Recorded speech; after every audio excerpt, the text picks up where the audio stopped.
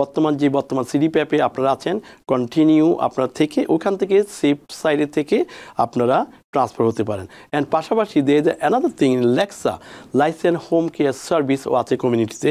আমাদের অনেক কমিউনিটিতে অনেকজনের লেক্সা লাইসেন্স আছে। যদি আপনারা এলিজিবল হন তাহলে সেক্ষেত্রে আপনারা লেক্সাতেও দেখে যেতে পারেন। যারা বর্তমান সিডিপ্যাপে আছেন তাদের ডেডলাইন হচ্ছে মার্চের 31 তারিখ। তবে আপনি ট্রান্সফার হওয়ার জন্য যদি সিঙ্গেল এফআই যেতে হয় আপনারা ট্রান্সফার হতে পারবেন মার্চের 28 তারিখের মধ্যে। সিডিপ্যাপ থাকতেছে, লেক্সা থাকতেছে, এই দুইটাই আছে। সো সার্ভিসের জন্য আপনারা মনে করবেন যে কোনটা হলে বেস্ট হয় সেখানে আপনারা যাবেন। সিডিপ্যাপে যদি আমি থাকি আমার মায়ের, তাহলে ট্যাক্স ফেলে আমাকে দেখাতে হয় না। কিন্তু আমি যদি সিডিপ্যাপ থেকে লেক্সাতে যাই তাহলে আমাকে ট্যাক্স দিতে হয়। তাহলে আপনি বলুন, সিডিপ্যাপ তো সব ঠিকই আছে, শুধু এজেন্সিগুলো চেঞ্জ হয়েছে। আগে বাঙালি এজেন্সির কাছে যেতাম, এখন বিদেশি 24টি এজেন্সির কাছে যাব, তারা আবার বাংলাতেও নাকি অনেকে রাখতেছে। আমাদেরকে একটা ক্লিয়ার করেন, আমি সিডিপ্যাপের থেকে ট্যাক্স দিতে হয় না, আমি কেন অযথা সিডিপ্যাপ থেকে লেক্সাসে গিয়ে নার্স সার্টিফিকেট নিয়ে আমি কেন ট্যাক্স দেবো? ট্যাক্সের উপরে কি প্রভাব পড়বে সেটা আমরা অনেকেই বলেছি, কিন্তু বর্তমানে যে এইটার বিপরীতে বা বিরুদ্ধে মামলা হয়েছে সেই মামলা সংক্রান্ত বিষয়টা জানতে চাইব এবং প্রকৃত চিত্রটা আপনার কাছে চাইব তুলে ধরতে, যাতে করে এই যারা এই প্রায় 2.5 লক্ষের উপরে যে আমাদের এই কনজিউমার আছেন তারা এই বিভ্রান্তির মধ্যে যে রয়েছেন সেই বিভ্রান্তিটা থেকে দূর হয়ে তারা যাতে একটা স্বস্তির নিঃশ্বাস নিতে পারে। জনাব মোহাম্মদ হাশিম। ধন্যবাদ রানা ভাই, অলসো ধন্যবাদ টিভিএন দর্শকদেরকে যারা আজকে আমাদের অনুষ্ঠান দেখছেন। আমরা ট্রাই করি সবসময় আপনাদেরকে আপডেট দিতে। তবে প্রথমেই বলে নিতে চাই যে আমাদের ট্যাক্স সিজন শুরু হবে জানুয়ারি 27 এবং শেষ হবে এপ্রিল 15, 2025। এই বছর কোনো আর দেরি নয়, মাঝে মধ্যে বিকজ অফ স্যাটারডে সানডে থাকার কারণে অনেক সময় 2 দিন এক্সচেঞ্জ করা থাকতো, কিন্তু এই বছর আমরা সেটাকে পাচ্ছি এপ্রিল 15 পর্যন্ত। সো জানুয়ারি 27-এ ট্যাক্স সিজন শুরু হয়ে যাচ্ছে আর 15 তারিখে শেষ হবে। এর মধ্যে আমরা এক্সপেক্ট করতেছি 140 মিলিয়ন পিপল ট্যাক্স রিটার্ন করবে বাই ডিউ ডেট এপ্রিল 15-এর মধ্যে। সো আইআরএস এখন তাদের সব কিছু গুছিয়ে আমাদের জন্য ওপেন করবে জানুয়ারি 27। নাও আপনার সেকেন্ড কোয়েশ্চেন হচ্ছে যে সিডিপ্যাপ, লেক্সা, পিপিএল। সো আমাদের কমিউনিটিতে এখন আমরা জানি যে বেশিরভাগ সিডিপ্যাপ কনজিউমার যেটা হচ্ছে মেম্বার অলমোস্ট, যদি আপনি হোল ইউনাইটেড নিউ ইয়র্ক স্টেটের মধ্যে ধরেন, সো মোর দ্যান 250,000 মেম্বার আছে সিডিপ্যাপের মধ্যে। এখন সিডিপ্যাপ কন্টিনিউ থাকবে, এখন আছে। তবে গভর্নর খ্যাতি হকল যেটা করেছে, সে মনে করতেছে যদি 700 যে বর্তমান সিডিপ্যাপ রয়েছে তাদেরকে যে পেমেন্টটা করতে হয়, এটা ছিল দেখেন $2.5 বিলিয়ন একটা আপনার প্রোগ্রাম, সেটাকে এখন নিয়ে আসা হচ্ছে $9 বিলিয়ন। সো $9 বিলিয়ন এটা ইনক্রিজ হতে হতে $9 বিলিয়ন চলে এসেছে, আর কন্টিনিউ বাড়তেছে, যার কারণে ক্যাথি মনে করতেছে যে না, এইভাবে না করে আমরা একটা সিঙ্গেল স্টেট ওয়াইজ এফআইয়ের মাধ্যমে আমরা সবগুলোকে কন্ট্রোল করতে পারি। তো তাতে কি হচ্ছে, তাতে সে মনে করতেছে আমরা এটার মাধ্যমে আরও 1200 এমপ্লয়মেন্ট তৈরি করব, 1200 জনকে হায়ার করবে, এমপ্লয়মেন্ট তৈরি হবে। সেকেন্ডলি আপনার 500 মিলিয়ন প্রতি বছরে সেভ হবে। কিন্তু আপনি দেখেন এটা যদি সেভ করতে যায়, হোয়াট হ্যাপেন হিয়ার, আপনার যে 700 যে এই এক্সিস্টিং সিডিপ্যাপ আছে তাদের যদি টেকনিক্যালি 10 থেকে 20 জন এমপ্লয়ি দেখেন, সেক্ষেত্রে অলমোস্ট 12,000 এমপ্লয়ি জব হারাচ্ছে। এটা একটা নেগেটিভ সাইড। আরেকটা হচ্ছে 250,000 একটা সিঙ্গেল এফআইকে যখন দিচ্ছে, is gonna be very tough. আর এটা হচ্ছে নিউ ইয়র্ক স্টেটের একটা এন্টিটি নয়, এটা হচ্ছে জর্জিয়ার একটা এন্টিটি। তো সেটাও নিউ ইয়র্কের এত বড় 250,000 মেম্বারকে কীভাবে কন্ট্রোল করবে, এটাও কোয়েশ্চেনের একটা ব্যাপার। তবে যেটা আপনি যদি এইভাবে, আমি যদি এই উদাহরণ দিয়ে বলি, ফর এক্সাম্পল ম্যানহাটনে যদি কোনো ইভেন্ট হয়, সেক্ষেত্রে আপনার সব আপনার ব্রিজ টানেল যদি ওপেন থাকে, ফর এক্সাম্পল মানে কিভাবে আমরা যাব, Queensboro bridge, right, Manhattan bridge, Williamsburg bridge, আপনার Brooklyn bridge, then also George Washington bridge, সবগুলো দিয়ে কিন্তু মানুষ যখন ঢুকে ইজিভাবে ওই ইভেন্টে আসতে পারে অন টাইমে। না আপনি বলছেন এখন সবগুলো আপনার যদি আপনার নিরাপত্তার কথা বলুক আর যে কারণে বলে যদি সবগুলো ব্রিজ টানেল বন্ধ করে শুধু একটা ওপেন রাখে, সে একটা দিয়ে যেতে যে কঠিন হবে, মানুষ ওয়েট করতে হবে এবং পুরো একটা ঝামেলার মধ্যে হবে। তো সে কারণে আমরা মনে করি যে এটা একটা মানে আপনার সিঙ্গেল এফআইকে দেওয়া খুব কঠিন হচ্ছে। তবে আমরা সাজেস্ট করবো আপনাদের যারা বর্তমান সিডিপ্যাপে আছেন তাদের ডেডলাইন হচ্ছে মার্চের 31 তারিখ। তবে আপনি ট্রান্সফার হওয়ার জন্য যদি সিঙ্গেল এফআই যেতে হয় আপনারা ট্রান্সফার হতে পারবেন মার্চের 28 তারিখের মধ্যে। সো আপনাদের টেনশন নেওয়ার কিছু নেই, স্টিল হ্যাভ টাইম। আপনারা 28 তারিখের মধ্যে আপনারা সিডিপ্যাপে সিঙ্গেল যদি এটা না থাকে, কোনটা বর্তমান এক্সিস্টিং সিডিপ্যাপ না থাকে, তাহলে আপনারা 28 তারিখের মধ্যে ট্রান্সফার হতে পারবেন। But there is a court case also. There are so many court cases. এখনো more than ডজন খানিক আপনার কি আছে মামলা আছে। তার মধ্যে গত সপ্তাহ 7 তারিখে যেটা ছিল আপনার অল আমেরিকান হোম কেয়ার, তারা সু করেছিল ডিপার্টমেন্ট অফ ডিওএইচ এর বিরুদ্ধে। সেই ক্ষেত্রে যে রায়টা হয়েছিল 7 তারিখে, তারা বলছিল যে ডিওএইচ আপনার নট ফোর্স টু দ্য আপনার এই এক্সিস্টিং যে বর্তমান সিডিপ্যাপ আছে এজেন্সিদেরকে ফোর্স করতে পারবে না আপনার ডাটা ট্রান্সফার করতে পিপিএলকে কিংবা ডিওএসকে কিংবা এমএলটিসিকে।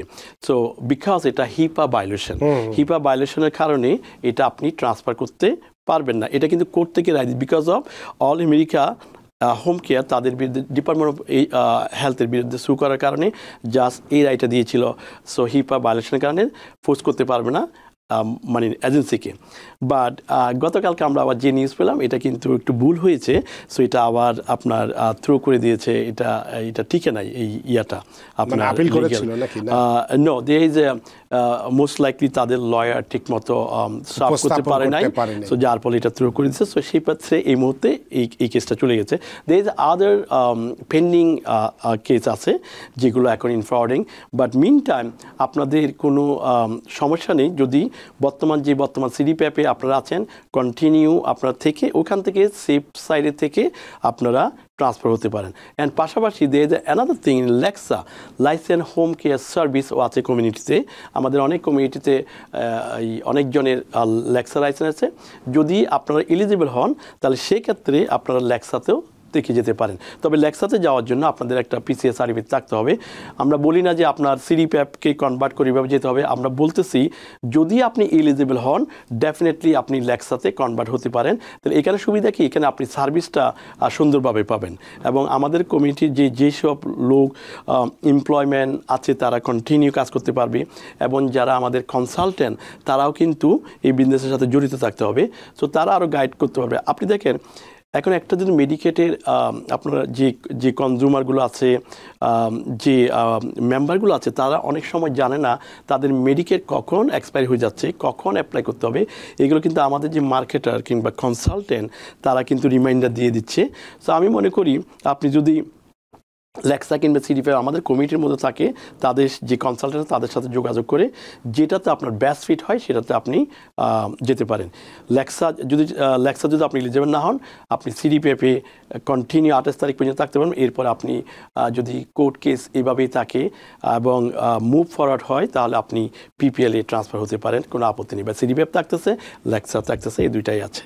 সো সার্ভিসের জন্য আপনারা মনে করবেন যে কোনটা হলে বেস্ট হয় সেখানে আপনারা যাবেন। তো সেক্ষেত্রে আপনার কাছে যে প্রশ্নটা আমি রাখতে পারি সেটা হচ্ছে যে সিডিপ্যাপ যেটা বললেন যে 31 মার্চ পর্যন্ত এটার সময় আছে, বাট এবং যে মামলাটা আছে এই মুহূর্তে হয়তো মামলা নেই, আর যে কয়েকটা মামলা আছে পেন্ডিং আছে, যদি তার মধ্যে মীমাংসা না হয়, কোনো রায় না আসে 31 মার্চের আগে, তাহলে তো মানুষদেরকে যারা সিডিপ্যাপে আছে তাদেরকে লেক্সা বা এতে যেতেই হচ্ছে বা পিসিএ সিডিপ্যাপে থেকে।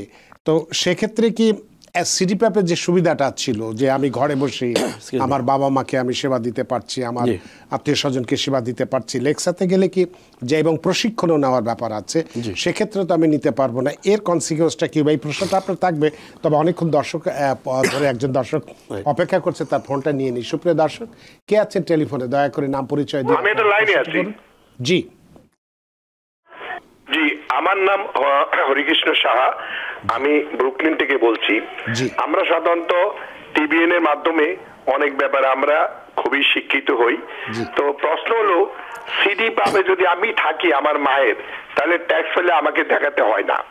কিন্তু আমি যদি সিডি ব্যাপ থেকে লেক্সাতে যাই তাহলে আমাকে ট্যাক্স দিতে হয়। তাহলে আপনি বলুন, সিডি পাপ তো সব ঠিকই আছে, শুধু এজেন্সি গুলো চেঞ্জ হয়েছে। আগে বাঙালি এজেন্সির কাছে যেতাম, এখন বিদেশি 24টি এজেন্সির কাছে যাব, তারা আবার বাংলাতেও নাকি অনেকে রাখতেছে। আমাদেরকে একটা ক্লিয়ার করেন, আমি সিডি ব্যাপের থেকে ট্যাক্স দিতে হয় না, আমি কেন অযথা সিডি ব্যাপ থেকে লেক্সাসে গিয়ে নার্স সার্টিফিকেট নিয়ে আমি কেন ট্যাক্স দেবো? আপনারা শুধু ট্যাক্স না, আপনি যদি পরিষ্কার করেন আমাদের কমিউনিটির লোকের, কারণ এই বাংলাদেশের কয়েকটা এজেন্সির জন্য, তাদের স্বার্থের জন্য দেখা যাবে যে আমি ভাষার বলি হইতেছি এখানে, কিন্তু তারা তাদের স্বার্থ রক্ষার জন্য বলতেছে আপনি লেক্সায় আসেন। এতদিন কিন্তু লেক্সার কথা তারা বলেও বলে নাই, কিন্তু লেক্সায় গেলে আমাকে ট্যাক্স দিতে হবে। এখন আমার আর্নিং সাইট মায়ের আইবে 40 লাখ, তখন আমার মেডিকেয়ার আমার সব চলে যাবে। জি, অনেক ধন্যবাদ। আপনি খুবই ভালো এক্সপ্লেনেশন করেন, আপনি কাইন্ডলি এটা একটু ক্লিয়ার আজকে আমাদেরকে বলে দেন। বুঝতে পারছি সিডি পাবে থাকলে আমার কি সুবিধা, না থাকলে কি সুবিধা। অনেক ধন্যবাদ, অনেক ধন্যবাদ। Very good question. Yes, that's true. CDPAP যেটা হচ্ছে family member take care family member. আপনি যদি একই বাসায় থেকে আপনার ফ্যামিলিকে টেক কেয়ার করেন, definitely IRS internal revenue code section 2014-7 এর আন্ডারে আপনি এক্সক্লুশন নিতে পারবেন। ফর এক্সাম্পল, সিডিপ্যাপের যে ইনকামটা হবে, আপনি পুরোটা ট্যাক্সের মধ্যে আপনি ট্যাক্স পে করতে হবে না, zero, you don't have to pay the tax. For example, আপনার 40,000 ইনকাম আছে সিডিপিএফের থেকে, ওখানে যে 40,000 যদি ইনকাম থাকে, এই 40,000 totally zero, you don't have to pay the tax. আপনি যদি উইথহোল্ড দিয়ে থাকেন সেটা আপনার ফেরত আসবে। That's right. সিডিপিএফ থেকে আপনাকে লেক্সাসাইজে বলা হচ্ছে না। আপনি যদি যদি সার্ভিসের কারণে লেটস আপনি সিডিপিএফ থেকে ট্রান্সফার হয়ে আপনি কোথায় যাচ্ছেন, পিপিএল এর কাছে যাচ্ছেন, you fine, but there is a deadline মার্চের 28, এবং আপনি পিপিএল দিতে আপনি সিডিপিএফ ঠিক থাকতেছে, এখানে সমস্যা হচ্ছে না। আমরা যেটা বলতে চাচ্ছি, লেক্সা আগে ছিল না, তবে লেক্সা যে যদি সিডিপিএফ যদি আপনার কোনো কারণে কোনো প্রবলেম হয়, দেন ইফ ইউ আর এলিজিবল, আমরা বলতেছি না যে আপনাকে লাইসেন্স নিতে হবে, যদি ইফ ইউ আর এলিজিবল কিংবা আপনার যদি লাইসেন্স রিকোয়ারমেন্ট করে লেক্সা যাওয়া যায়, সেটা আপনার ব্যাপার। বা সিডিপিএফে যদি আপনি থাকেন, তাতে কোনো সমস্যা নেই, ক্যান ট্রান্সফার দ্য এক্স্যাক্টলি যে অবস্থা আছে সেভাবেই আপনি ট্রান্সফার করে পিপিএলে নিয়ে যেতে পারবেন। আর আপনি যদি সার্ভিস যদি ভালো পান, ডেফিনেটলি আপনি stay there, because you get the tax credit, and also you don't have to do anything, you don't have to take the certificate, and সেক্ষেত্রে আপনি সিডিপিএফ টাকাটাই বেটার। এটা আমি মনে করি, you don't have to go to Lexa. তো সেক্ষেত্রে কি তার নিজের বাবা মাকে সেবা দিতে পারবে? সিডিপিএফ সেম থাকবে। উনি যেটা বলছে, যে পয়েন্টটা নিয়ে আসছে, 700 দ্য এজেন্সি থাকতেছে না, বাট সিডিপিএফ থাকতেছে, সিডিপিএফ কন্টিনিউ চলবে। ইটস সিমিলার লাইক দ্য এখন 700 এমপ্লয়ি আপনার এজেন্সিগুলা মেনটেন করতেছে, সেটাকে এখন একটা মেনটেন, কিন্তু সিডিপিএফটা থাকতেছে। তাহলে ওনার কোনো কিছুই পরিবর্তন হচ্ছে, ট্যাক্স রেটই পাচ্ছে। তাহলে সেক্ষেত্রে তার প্রশিক্ষণ নেওয়ার তো দরকার পড়ছে না। No, they are not, they don't have to take the license for the CDPF. So only if anyone go to, let's say someone কোনো মেম্বার আছে, তাদের টেক কেয়ার করার কেউ নেই, তো সেই ক্ষেত্রে যদি বাইরে থেকে লোক যায়, সেক্ষেত্রে তখন পিসিএস সার্টিফিকেট লাগবে, তখন বাইরে থেকে লোক গিয়ে ওই মেম্বারকে টেক কেয়ার করবে। তখন আপনার যদি তার ছেলে মেয়ে বা আত্মীয়স্বজন কেউ না থাকে, সেক্ষেত্রে সেটা হতেই পারে, সেটা তো কোনো সমস্যা নেই। তো আমরা বলতেছি যে কমিউনিটিতে সিডিপিএফও আছে, লেক্সা আছে, এবং ডেফিনেটলি আপনার বিগ কোম্পানি পিপিএল আছে। একটু আগে বলেছিলাম how they gonna run. So আপনারা দেখবেন কীভাবে হয়, পেমেন্ট যদি ঠিকমতো পান, এবং আপনাদের যদি পেমেন্ট যদি ঠিকমতো দেয়, ডেফিনেটলি আপনি continue with the CDPF, and you don't have to do anything, just call PPL. তবে আপনি পিপিএল ওয়েবসাইটে গেলে দেখবেন ওখানে আপনার ডেডলাইন হচ্ছে মার্চের 28। আমরা এটাও বলি না যেন আপনার সার্ভিসটা চলে যায় বা ইন্টারাপ্ট হয়, এটাও আমরা চাচ্ছি না। আপনি 28 তারিখের মধ্যে আপনি ট্রান্সফার করতে পারবেন। নিউ ইয়র্ক থেকে সম্প্রচারিত TVN 24 টেলিভিশন, বিশ্বজুড়ে বাঙালির কণ্ঠস্বর।